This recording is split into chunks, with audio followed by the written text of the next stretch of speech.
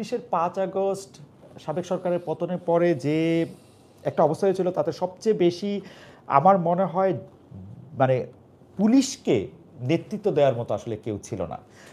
সে সময় আপনাকে পুলিশের ফোকাল পারসন বা যদি বলি সমন্বয় ঘোষণা করা হলো। এই সময় বাংলাদেশের পুলিশের পরিস্থিতি কেমন দেখলেন? আপনাকে এই দায়িত্ব আসলে কে দিল?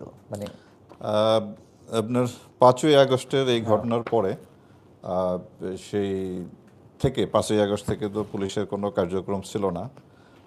৬ই আগস্ট সকালবেলা যখন আমি জানতে পারলাম যে আমাদের পুলিশের অনেক সদস্য বিভিন্ন থানায় তাদের মৃতদেহ পড়ে আছে, তাদের লাশ বিভিন্ন জায়গায় টাঙানো আছে, পোড়া দেহ মরদেহ বিভিন্ন জায়গায় পড়ে আছে, তখন মানে আমি পুলিশের একজন সিনিয়র অফিসার হিসেবে, সার্ভিং অফিসার হিসেবে মনে হলো যে আমাদের কিছু একটা করা দরকার।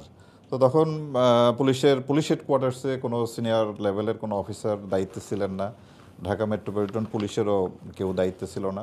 এর মধ্যে শুনতে পেলাম যে রাজারবাগেও আপনার যারা পুলিশ সদস্য আছে তাদের মধ্যে এক ধরনের বিদ্রোহ, প্রায় ৪-৫০০ লোক সশস্ত্র অবস্থায় তারা রাজারবাগ লাইনের মধ্যে ঘোরাঘুরি করতেছে, একটা উত্তেজনা বিরাজ করতেছে।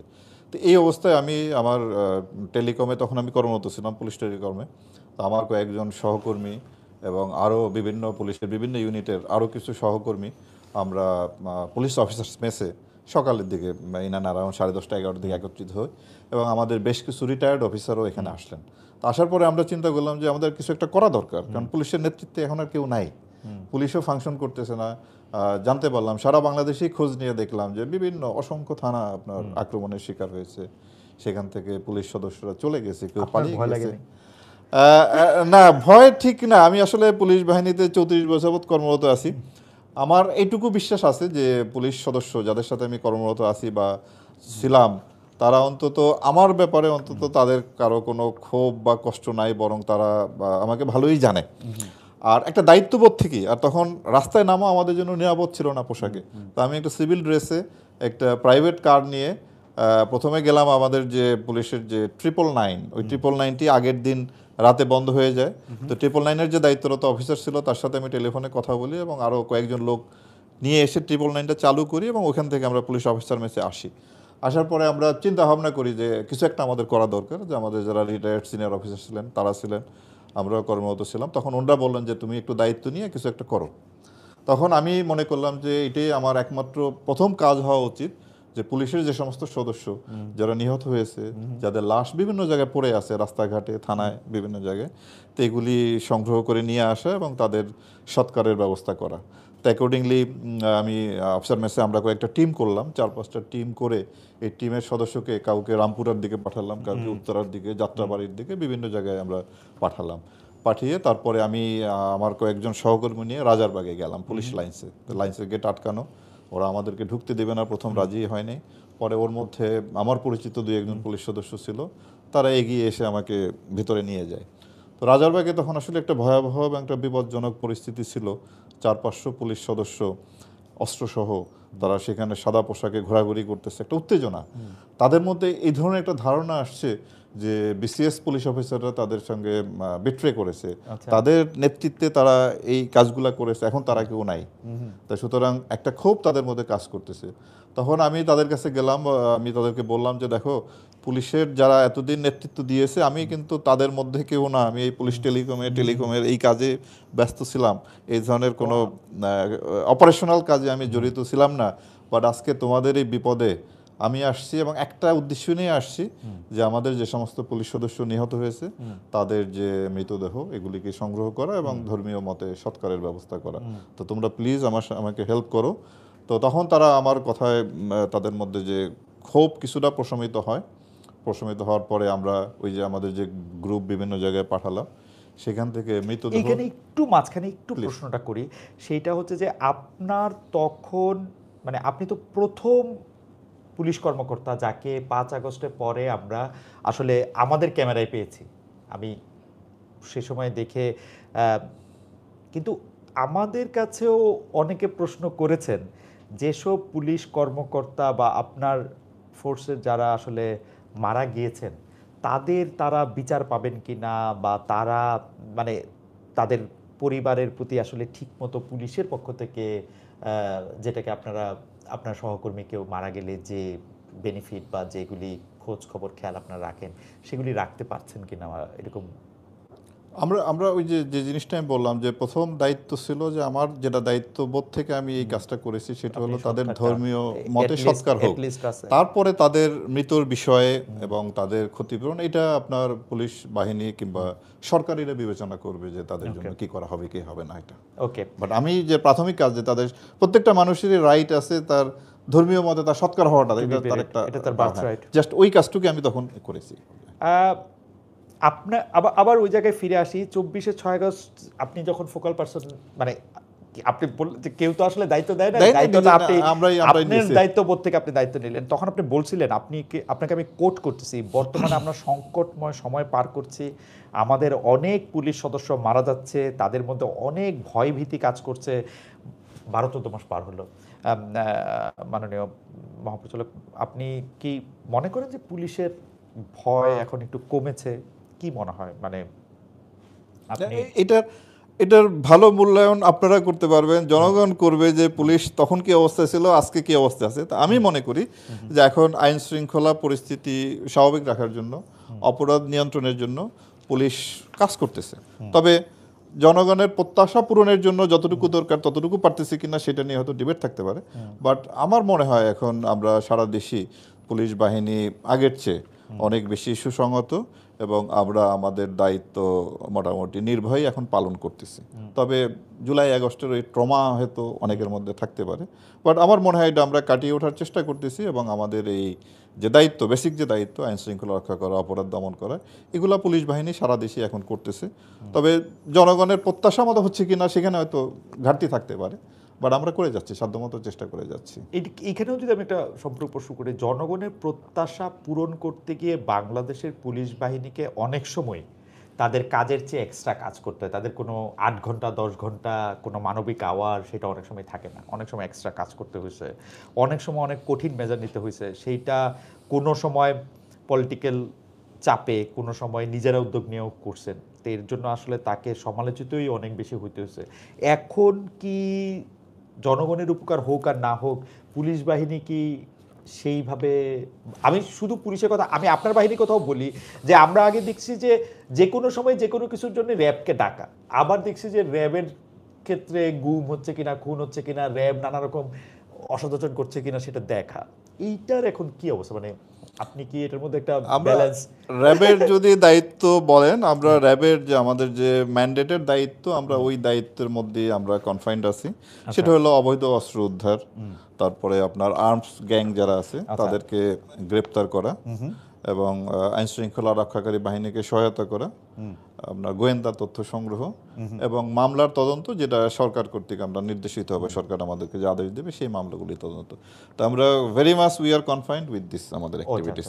আপনি যে কথাগুলো বললেন যে এই ধরে আনা বেশি ওভার এজিলিটি, এটা যেমন আপনার যে গুম খুন ক্রসফায়ার, এটা আমাদের বা কোনো বাহিনীরই আইনসঙ্গত কোনো কাজ না। এটি নিঃসন্দেহে বেআইনি কাজ এবং ফৌজদারি অপরাধের কাজ। তো সুতরাং র্যাবের কোনো সদস্য বর্তমানে জুলাই আগস্টের পরে কোনো সদস্যই এই ধরনের কাজের সাথে সম্পৃক্ত হওয়ার কোনো সুযোগ নাই। এই অন্যায়ের বা এই ফৌজদারি অপরাধের দায় এই বাহিনীর কেউ আর নিতে ইচ্ছুক না এবং করবেও না। বাট আমরা আমাদের যে দায়িত্ব, সেই দায়িত্ব অন্যান্য আইনশৃঙ্খলা রক্ষাকারী বাহিনীর সাথে সমন্বয় করে, যেমন আপনার জুলাই আগস্টের পরে আইনশৃঙ্খলা পরিস্থিতির যথেষ্ট ঘাটতি ছিল, তখন আমাদের ম্যান্ডেটের বাইরেও ল অ্যান্ড অর্ডারের কাজগুলো আমাদের ওটা করতে হয়েছে, যদিও যেটা আমাদের কিন্তু ম্যান্ডেটের কাজ না। যেমন আপনার আশুলিয়া, সাভার, গাজীপুরে গার্মেন্টসের যে আন্দোলনগুলো হলো, সেখানেও আমাদের সেটা প্রশমিত করার জন্য যৌথ বাহিনীর সাথে, সেনাবাহিনীর সাথে, পুলিশের সাথে আমরা কাজ করেছি। এবং সারা দেশেই ওই সময় আপনার চুরি ডাকাতি এগুলো বন্ধের জন্য আমাদেরকে রোবাস্ট পেট্রোলিং করা, এই কাজগুলো আমাদের করতে হয়েছে এবং আমরা এখনও সেগুলো করে যাচ্ছি আইন শৃঙ্খলা পরিস্থিতি উন্নয়নের জন্য। তো আমরা ওই যে আইন শৃঙ্খলা পরিস্থিতি ভালো রাখার জন্য যতটুকু করা আমরা চেষ্টা করে যাচ্ছি। আমার কলিগরা একটা প্রশ্ন গত 12 বছর 13 বছর ধরে আমরা সবাই মিলে করে আসছি, সেটা হচ্ছে সাগররুনি হত্যার ব্যাপারটা, যেটা র্যাব কিছুদিন তদন্ত করেছে, র্যাবের হাত থেকে আবার পুলিশের অন্যান্য ফোর্স। আপনারা, মানে আপনি পুলিশ বাহিনীতে 34 বছর কাজ করেছেন, আপনি কি কোনো কিছু বলবেন যে কেন মানে এই সরকার আসার পরও 14 মাস 15 মাস এটা নিয়ে আসলে এটার কোনো অগ্রগতি হচ্ছে না কেন? মানে প্রতিবারই আমরা একটা গণনা দেই 100 বারের মতো পিছালো শুনানি বা 112 বার। এইটা কি আপনি এটা নিয়ে একটু কিছু মন্তব্য করবেন যে এটার এটা আসলে আসলে আপনার একটা মানে এটা এরকম কোল্ড কেস হয়ে কেন থাকতেছে? মানে একটা আপনার মামলা বা অপরাধ আপনার তদন্ত করে পুলিশ প্রতিবেদন দেওয়ার আগে সাক্ষ্য প্রমাণ এগুলো সংগ্রহ করতে হয়।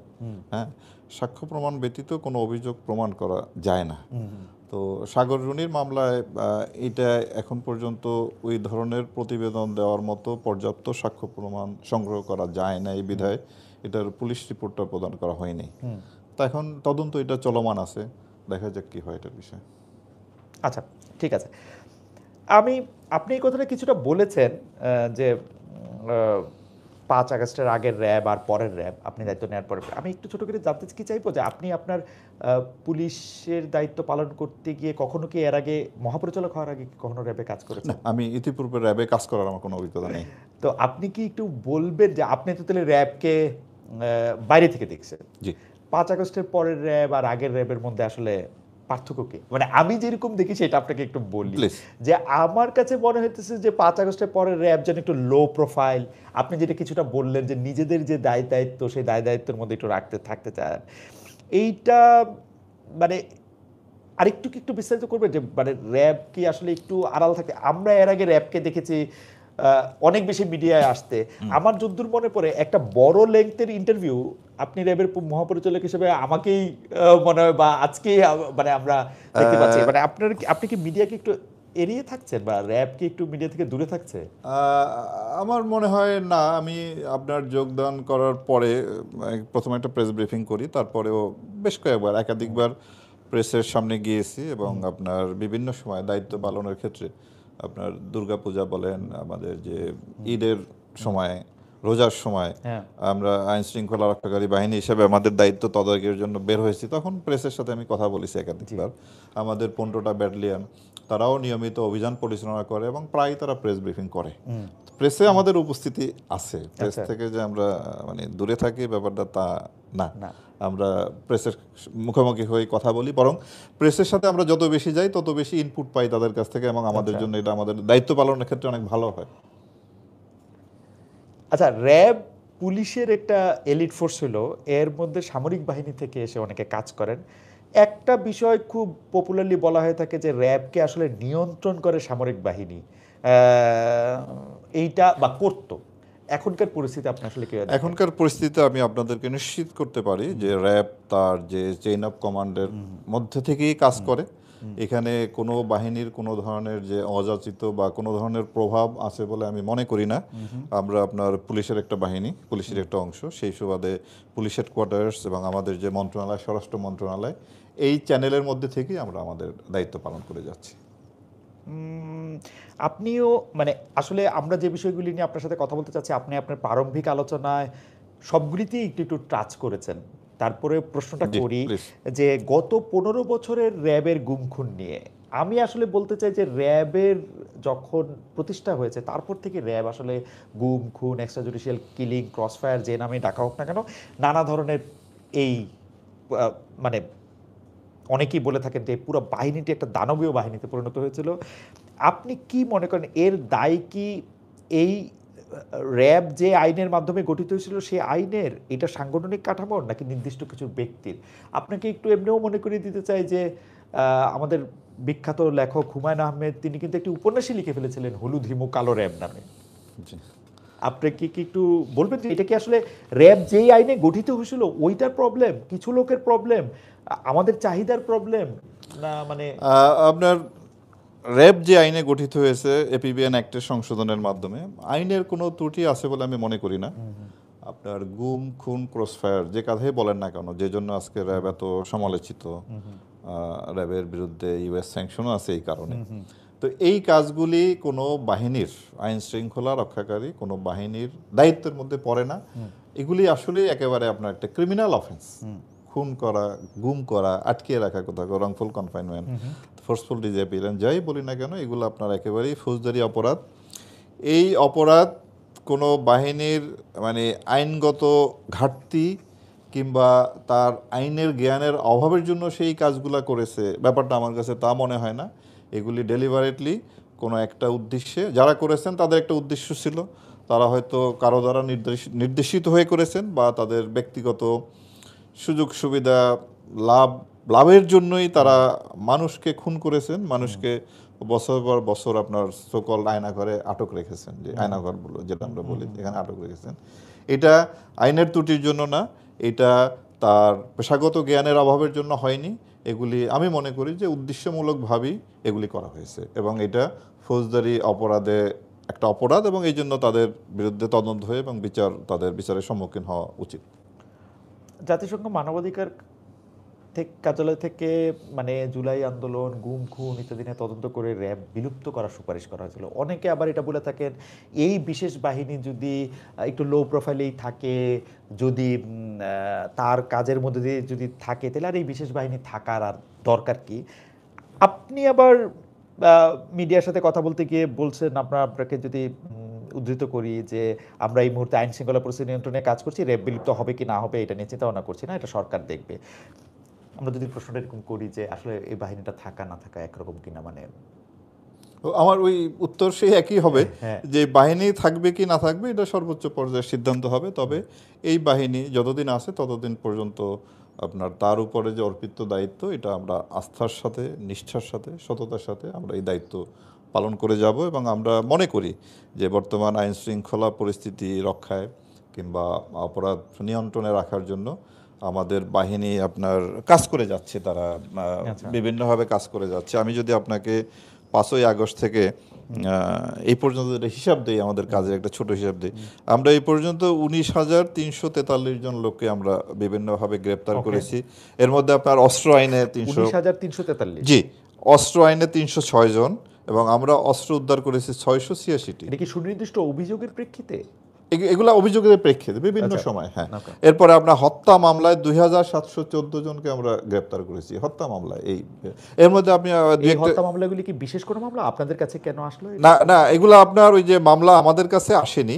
যেমন আপনাকে আমি বলি যে চাঁদপুরে একটা ট্রলার বা একটা কার্গো জাহাজে ডাকাতি হয়, এবং 7 জন লোকে হত্যা করে সেই ডাকাতিটা সংগঠিত হয়। তো শোনার সাথে সাথেই ঘটনা আমাদের নলেজে আসার সাথে সাথেই আমরা এটা শ্যাডো ইনকোয়ারি শুরু করি, এবং 24 ঘন্টার মধ্যে এর যে মূল আসামি তাকে আমরা গ্রেপ্তার করতে সক্ষম হই। এখানে আমার একটা প্রশ্ন আছে, যে আপনি কি যখন শ্যাডো ইনকোয়ারি করার সিদ্ধান্ত নেন, এই সিদ্ধান্ত কি আপনি নেন? মানে আমরা এই সিদ্ধান্ত, এইটা একটু মানে আমি বুঝি না, কিন্তু এটা একটু পুলিশি আইনের সাথে একটু সাংঘর্ষিক না না, এটা সাংঘর্ষিক না, যেহেতু আমাদের ম্যান্ডেটে আছে যে আইন শৃঙ্খলা রক্ষাকারী বাহিনীকে সহায়তা করা, গ্রেপ্তারে সহায়তা করা। হ্যাঁ, এবং এই যে রহস্য উদ্ঘাটনে আমরা তাদের সহায়তা করি। লিগ্যাল প্রক্রিয়াটি সংশ্লিষ্ট থানা পুলিশই গ্রহণ করে। ওকে, হ্যাঁ, আমরা যেমন এই 7 জনকে গ্রেপ্তার করে দ্রুত পুলিশকে আমরা হ্যান্ড ওভার করেছি। আপনারা জানেন যে মিটফোর্ড হাসপাতালে একটা খুব মর্মান্তিক হত্যাকাণ্ড সংঘটিত হয়, পাথর মেরে একটা লোককে মারে।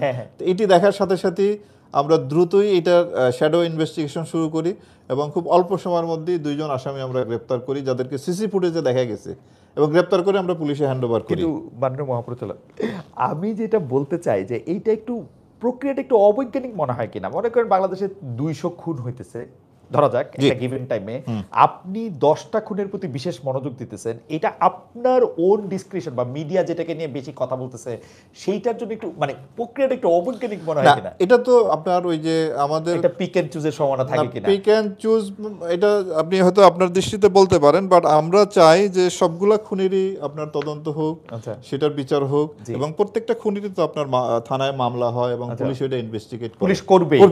বাট আমাদের পক্ষে তো সবগুলা খুন করা সম্ভব না।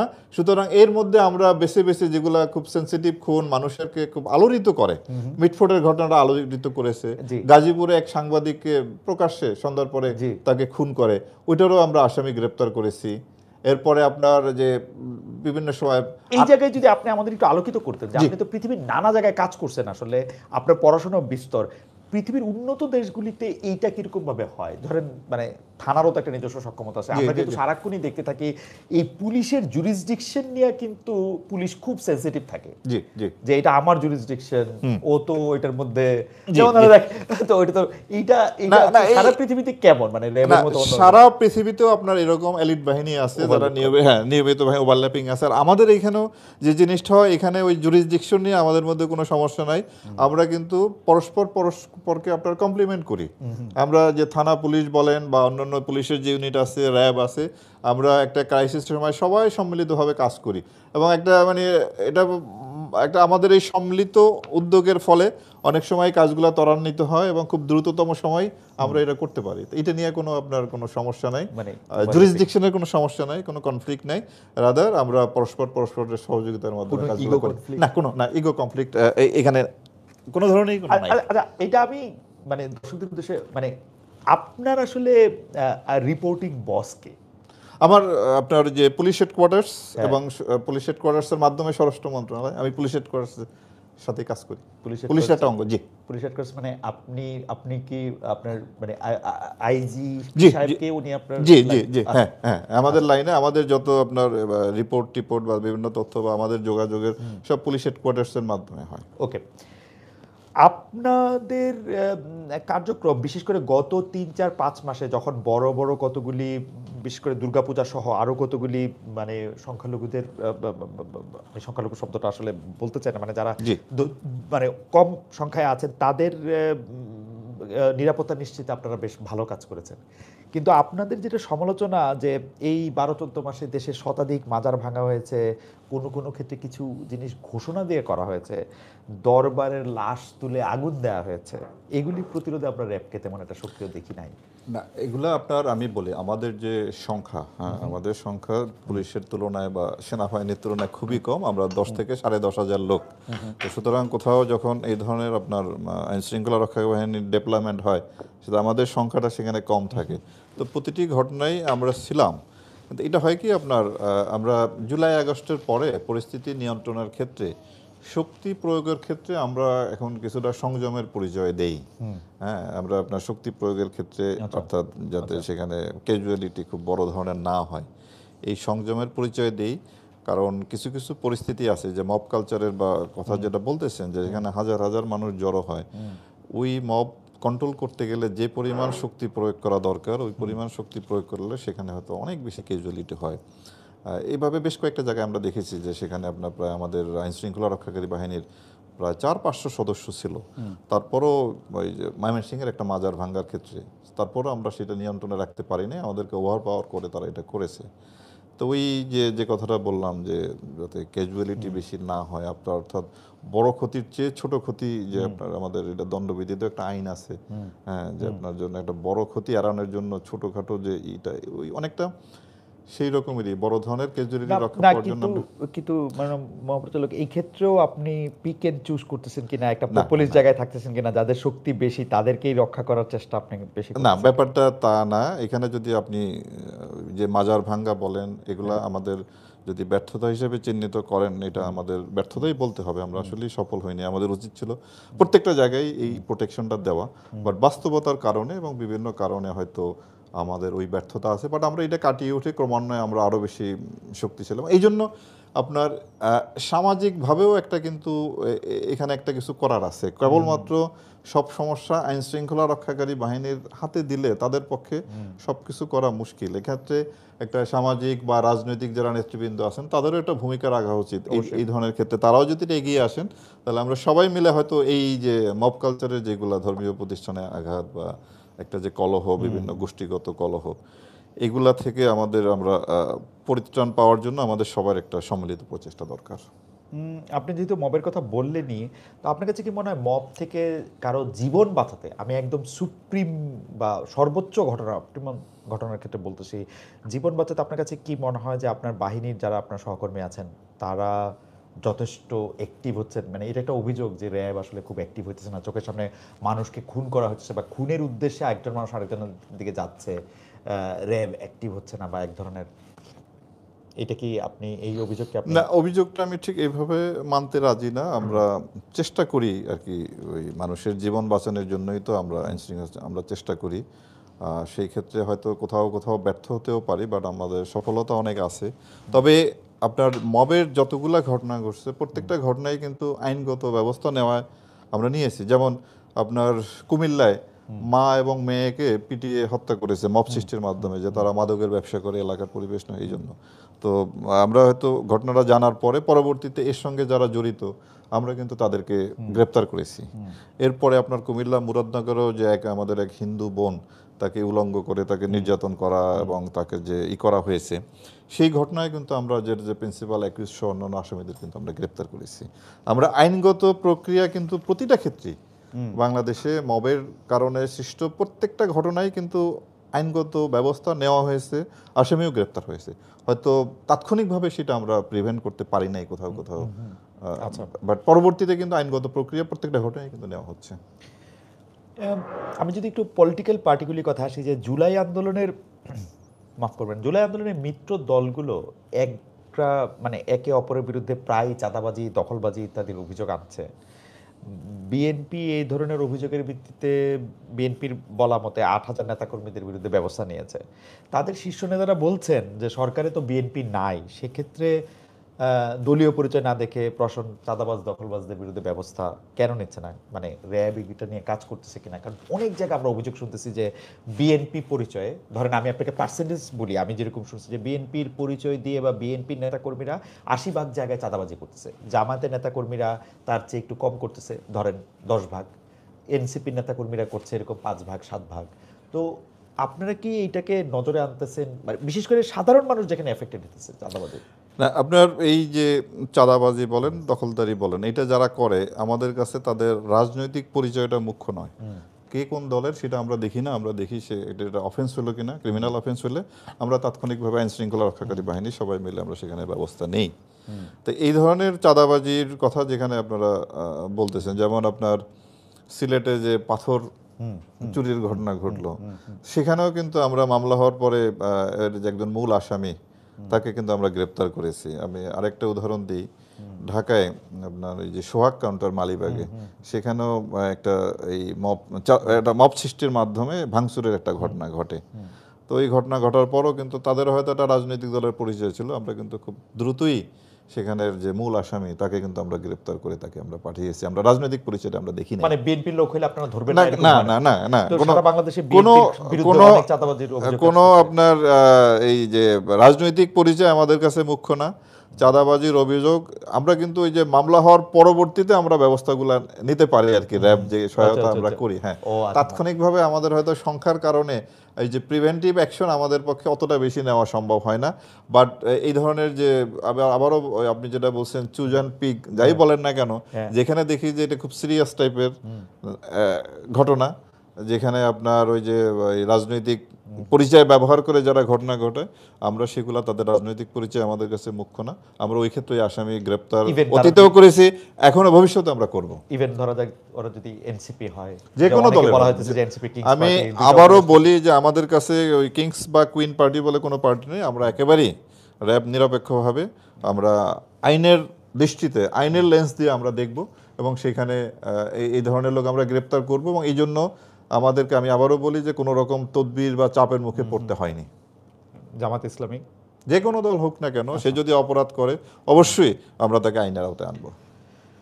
এই প্রশ্নটা নিশ্চয়ই এখন এইটা নিয়ে অনেক আলোচনা হতেছে যে অন্তর্বর্তী সরকারের সময় যে জুলাই হত্যাকাণ্ড হয়েছে, এর মধ্যে সামরিক বাহিনী যেসব সদস্যরা সিভিলিয়ান এইডে বিভিন্ন পোস্টিংয়ে বিভিন্ন সময় দায়িত্ব ছিলেন বা সামরিক বাহিনীর মধ্যে ছিলেন, যারা আসলে গুম খুন হত্যাকাণ্ড এগুলির সাথে জড়িত ছিলেন, এরকম 30 জন সামরিক কর্মকর্তার বিরুদ্ধে আসলে আইসিটি একটা মামলা হয়েছে। তাদের মধ্যে 15 জনকে আসলে গতকাল হাজির করা হয়েছে।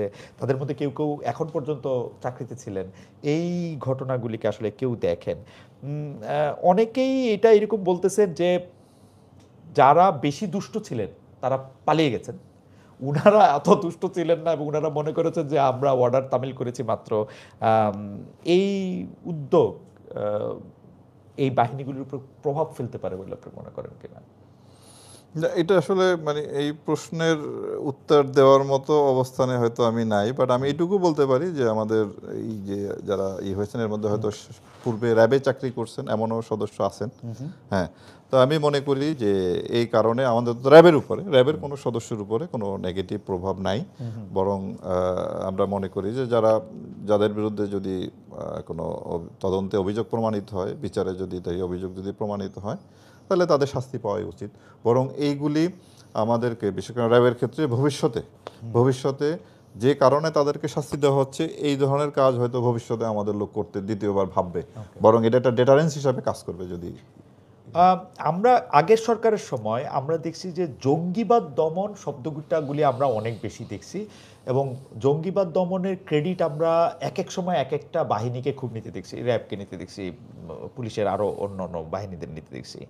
কিন্তু জুলাই মিত্রদের যারা ঘনিষ্ঠ আছেন তাদের একটা বড় নেগেটিভ হচ্ছে এরকম যে জঙ্গিদের এই ঘটনাগুলি আসলে নাটক আকারে সাজানো হয়েছিল। এটা নিয়ে আপনি আসলে কি বলবেন? আমরা কিন্তু বাংলাদেশে এরকম অনেক নাশকতামূলক ঘটনা দেখছি, হোলি আর্টিজান থেকে শুরু করে 64টা জেলায় একসাথে, 63টা জেলা আসলে মুন্সিগঞ্জ বাকি সবগুলি জেলায় একসাথে সাইমultaneous বোমা হামলা দেখছি, আরও অনেক ধরনের এটা দেখছি। অতি সম্প্রতি আমরা দেখছি যে পাকিস্তান তালেবানে যোগ দিয়ে বা একজন বাংলাদেশ নিহত হয়েছে। মানে এইটা তো আমরা অস্বীকার করতে পারবো না। আপনি কি মনে করেন, এটা কি নাটক হয়েছে? আমি যে জঙ্গিবাদের যে ঘটনা আপনি বললেন, যে হোলি আর্টিজানের ঘটনা, শোলকিয়া যে ঈদের জামাতের ঘটনা, তারপরে জাপানিজ নাগরিক সে রংপুরে মারা গেল, ইতালিয়ান একজনকে ঢাকায় মারা হলো, তো এগুলা প্রমাণ করে যে না, জঙ্গিবাদী তৎপরতা তখন ছিল। সুতরাং জঙ্গিবাদী তৎপরতা এটা যেমন সত্য, পাশাপাশি তখনকার সময় কিছু কিছু মামলা, যে আপনার বই পুস্তক সামান্য কিছু জিনিসপত্র দিয়েও জঙ্গির অনেক মামলা করা হয়েছে, দুইটা ইসলামিক বই দিয়ে। তো এইগুলা সাক্ষ্য প্রমাণেও প্রমাণিত হচ্ছে না। সুতরাং এই বিষয়ে আমরা বলবো যে আমরা অতীতের ওই ঘটনাগুলির আলোকে আমরা ভবিষ্যতে এখন জঙ্গিবাদী তৎপরতা যাতে আমাদের বিস্তৃত লাভ করতে না পারে, এই জন্য আমাদের নজরদারি আছে। তা আমরা কোনোভাবেই ওই নাটক বা সাজানো কোনো কিছুর সাথে র্যাব জড়িত হবে না। আচ্ছা, মানে এই ধরনের কাজ আমরা নিশ্চয়ই আমরা করব না। ওকে, মানে কোনো কিছু এই যে সাজানো জিনিস আর এটা হবে না, যা কিছু ঘটছে সেটাকে যে আইনের বাইরে কোনো কাজ ইনশাআল্লাহ আমরা করব না। যে কর্মকাণ্ড নিষিদ্ধ আওয়ামী লীগের কিছু কিছু ঝটিকা মিছিল আমরা বা ছাত্রলীগের জায়গায় আমরা এটা দেখতে পাই, এই বিষয়ে সরকার থেকে আপনার উপরে বা আপনাদের উপরে কোনো নির্দেশনা আছে যে হাউ টু ডিল উইথ ইট?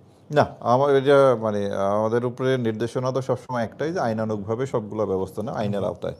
সুতরাং এই যে ঝটিকা মিছিল, এটা আইন শৃঙ্খলা রক্ষাকারী বাহিনী যেহেতু নিষিদ্ধ ঘোষিত, তাদের মিছিল করাটা অন্যায়। এটা আইন শৃঙ্খলা রক্ষাকারী বাহিনী যেভাবে দেখে, আমরাও ঠিক ওইভাবে একইভাবে দেখতেছি। আমরা প্রধান উপদেষ্টা সহ অন্যান্য উপদেষ্টাদের খুব দৃঢ়ভাবে বলতে শুনছি যে ফেব্রুয়ারির প্রথমার্ধেই আসলে ইলেকশন হবে। তো সেই ক্ষেত্রে নির্বাচন কমিশনের নানা ধরনের মানে চাহিদা থাকবে। তো আপনাদের সাথে তাদের সরাসরি কথা হওয়া শুরু হয়েছে কিনা, তারা কি ধরনের সাহায্য আপনাদের কাছে চাইছে? আপনারও কি মনে হয় যে ফেব্রুয়ারি মাঝামাঝি নাগাদ কি নির্বাচন হচ্ছে? আসলে কেউ কেউ প্রশ্ন করতেছেন হইতেছে না। আপনার নির্বাচন কমিশনে গত কয়েকদিন আগে একটি সভা হয় আইন শৃঙ্খলা রক্ষাকারী বাহিনী সকল বাহিনীর প্রধানকে নিয়ে, আমিও সেই সভায় উপস্থিত ছিলাম।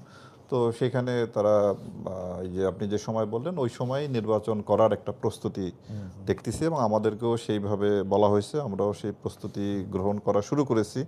যেমন আমরা আমাদের যে নির্বাচনী একটা প্রশিক্ষণ বাংলাদেশ পুলিশের উদ্যোগে যারা নির্বাচনী কাজে অংশগ্রহণ করবেন তাদের একটা প্রশিক্ষণের উদ্যোগ নেওয়া হয়েছে, তার আওতায় আমরা আমাদের সদস্যকে প্রশিক্ষণ আমরা দিচ্ছি। তো আমি আশাবাদী যে হয়তো নির্বাচন হবে, সময় মতোই হবে। এই প্রশ্নটা একটু আপনাকে নিয়ে, যে আপনার স্বাভাবিক চাকরিকালীন সময়ে আপনার এখন অবসরে যাওয়ার কথা, কিন্তু সরকার আপনাকে বিশেষ দায়িত্ব দিয়ে চুক্তিভিত্তিক নিয়োগ দিয়ে রেখেছে। এমনও হতে পারে যে আপনি আরও দায়িত্ব নিয়ে আরও জায়গায় যেতে পারেন, কিন্তু আপনার এই যে অবসর বা এই দায়িত্ব, আপনি সহ যারা আসলে চুক্তিভিত্তিক দায়িত্বে এসছেন বিশেষ জরুরি প্রয়োজনে, অবসর এবং এই দায়িত্ব পালন নিয়ে আপনার চিন্তা ভাবনাটা যদি আমি একটু বলি। যে সরকার যতদিন যে দায়িত্ব আমাকে দিবে সেই দায়িত্ব আমি পালন করব, এবং ওই দায়িত্ব পালন শেষে আমি স্বাভাবিক অবসর জীবন যাপন করব। আপনি কি পরিকল্পনা আছে অবসর পরে? আপনি কি অবসর জীবন একেবারে পরিপূর্ণ অবসর জীবন বলতে যেটা বোঝায় সেটাই আমি না কোনো ধরনের প্রশ্নই আসে না, একেবারে পরিপূর্ণভাবেই অবসর জীবন যাপন করবে সাধারণ নাগরিক হিসেবে। বাংলাদেশে যারা বড় কর্মকর্তা বা হয়ে রিটায়ার্ড করেন বা আলোচিত কর্মকর্তা হয়ে রিটায়ার্ড করেন, তাদের আমরা অনেক সময় রাজনীতি বা অন্য কোনো দায়িত্বের ক্ষেত্রে আমরা দেখি। না না, এই ধরনের হ্যাঁ, রাজনীতি করার কোনো ধরনের উচ্চাভিলাষ আমার নেই। হ্যাঁ। রাজনীতি করার কোনো ইচ্ছা অতীতেও কখনো ছিল না, ভবিষ্যতেও নাই। আমি আমার অবসর জীবন একেবারেই একজন সাধারণ নাগরিক হিসাবে যেভাবে অবসর জীবন যাপন করে সেইভাবেই আমি যাপন করব। আমার এটা শেষ জায়গায় এই মানে এটা শেষ প্রশ্নই ছিল, তারপরে শেষের পরে শেষ, যে আপনি কি মনে করেন যে একটা দেশের স্বাভাবিক নাগরিকের সেফটি, আপনি এই কথাটা কিছুটা একটা বলছেন যে শুধুমাত্র আইন শৃঙ্খলা বাহিনীতে এটা হওয়া সম্ভব না। আমার একটা ছোট্ট জানার যে এটার জন্য নাগরিকদের আসলে কি করার আছে। এর আগে আমরা দেখছি যে বড় বড় নাগরিক বিপর্যয়ের ক্ষেত্রে আইন শৃঙ্খলা বাহিনী কর্মকর্তাদের বা স্বরাষ্ট্রমন্ত্রীর অনেক কথায় আমরা অনেক আহত হয়েছি। খোদ স্বরাষ্ট্রমন্ত্রী একজন বলছেন যে আল্লাহর মাল আল্লাহ নিয়ে গেছে, প্রধানমন্ত্রী বলছেন আমি তো বেডরুমে নিরাপত্তা দিতে পারবো না। আমার প্রশ্ন যে নাগরিকরা আসলে কি করবেন না, তার মানে তো আপনার বাংলাদেশের আসলে আইন শৃঙ্খলা পরিস্থিতি নিয়ন্ত্রণে রাখা আসলে একটা চ্যালেঞ্জের বিষয়। তো আমি একটা ছোট্ট একটা বিষয় আমি বলি।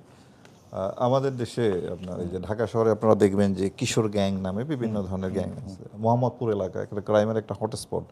তো আমরা প্রায়শই সেখানে অভিযান পরিচালনা করি, যে আসামি গ্রেপ্তার করি। এটা গ্রেপ্তার করতে গিয়ে দেখি 14-15 বছরের ছেলে, শিশু, যারা শিশু আইনের আওতায় শিশুর ইসে পড়ে, 17-18, এই যে উঠতি বয়সের অনেক ছেলে এই সঙ্গে এই ধরনের অপরাধের সাথে জড়িত। তা আমরা যদি আইন শৃঙ্খলা পরিস্থিতি ভালো রাখতে চাই, তাহলে আমাদের যে জিনিসটা করতে হবে যে আপনার এদেরকে আমরা গ্রেপ্তার করে ঠিকই পাঠাই, কিন্তু এই যে একটা কিশোর, তার এই সময় স্কুল বা কলেজে থাকার কথা, সে কেন ওই সামুরাই বা চাকু নিয়ে রাস্তায় ছিনতাই করে, ছিনতাইটাকে সে কেন পেশা হিসেবে নেয়? তো এইগুলোর জন্য সামাজিক গবেষণা দরকার, এবং গবেষণার থেকে আমরা যদি এই যে একটা শিশু, তাকে যদি ছোটোবেলা থেকেই তার যদি প্রাথমিক স্কুলে 5 বছর 6 বছর বয়স হলে তাকে যদি আমরা স্কুলে পাঠাতে পারি, উচ্চ মাধ্যমিক, মাধ্যমিক, এই শিক্ষাগুলো শেষ করে সে স্বাভাবিক একটা কর্মে বা একটা জবে প্রবেশ করবে। এই প্রসেসটা যদি আমরা শতভাগ নাগরিকের ক্ষেত্রে করতে পারলে দেখতেন যে আমাদের অপরাধের চিত্রটাই পাল্টিয়ে যেত। আমি আপনার একটা উদাহরণ দিই। একটা ইউরোপ বা উন্নত কোনো দেশের একজন মানুষ জন্মগ্রহণ থেকে মৃত্যু পর্যন্ত যে সমস্ত রাষ্ট্রীয় সুযোগ সুবিধা তার নাগরিক হিসাবে পায়, আমরা যদি ওই সুযোগ সুবিধা যদি আমাদের দেশের নাগরিকরা যদি দিতে পারতাম, তাহলে কিন্তু আমাদের অপরাধ চিত্র, আমাদের অনেক কিছু অনেক পরিবর্তন হয়ে যেতে পারতো। বাট আনফর্চুনেটলি হয়তো আমরা সেই জায়গায় নাই। এখানে আমাদের জোর দেওয়া দরকার। আমাদের দেশের অনেক উন্নয়ন আমরা হয়তো ফিজিক্যালি দেখি, সেই উন্নয়নের সুফল আমাদের, এটা হয়তো গুটি কয় আপনার ওই যে যারা বড় বড় ব্যবসায়ী, কালো টাকার মালিক, তারপরে আপনার টাকা পাচার করে, ঘুষ, দুর্নীতি, স্বজনপ্রীতি, এই কারণে সম্পদের একটা সুষম বন্টন নাই। তা নাহলে এই অর্থনৈতিক উন্নয়নের যদি কিছুটা অংশ আমাদের দেশের সাধারণ নাগরিকরা পেলেও হয়তো আমাদের দেশের অবস্থা কিছু পরিবর্তন করতো। তা আমাদের এই বিষয়ে হয়তো নজর দেওয়া দরকার, যে এই অপরাধের দিকে যাওয়ার যে উৎসমুখটা যদি আমরা বন্ধ করতে পারতাম, তাহলে বাকি যারা আছে তাদেরকে আমরা আইনের আওতায় এনে এটা নিয়ন্ত্রণ করতে পারতাম। এটা আপনি এখনো দেখেন হাজার হাজার ছেলে আপনার Kamalapur rail station, bus station, Sadarghat, আপনি যখন রাস্তায় গাড়ি নিয়ে যাবেন ডাইনামায় তাকালে দেখবেন যে ছোট ছোট শিশু কিশোর হাতে একটা প্লাস্টিকের একটা ব্যাগ নিয়ে নেশা করে, এটা ড্যান্ডি নাকি বলে একটা যে এক ধরনের সলিউশন। তো এই যে তারপরে বস্তিতে জন্মগ্রহণ করা একটা শিশু ছোটবেলা থেকেই সে অস্ত্রের ঝনঝনে, মাদকের ঝনঝনের মধ্যে সে বড় হয়। তা আমরা যদি এদিকে হাত দিতে পারতাম, আমরা কেবলমাত্র এই 2 লক্ষ 2 লক্ষ বাহিনীর সদস্য দিয়ে অপরাধ একেবারে নির্মূল করে একটা সমাজকে খুব ভালো জায়গায় নিতে পারবো। সেটা সুযোগটা কম যদি আমরা এদিকে যদি ফোকাস না করি, এদিকে যদি আমরা হাত না দেই, এদিকে যদি কিছু একটা না করি।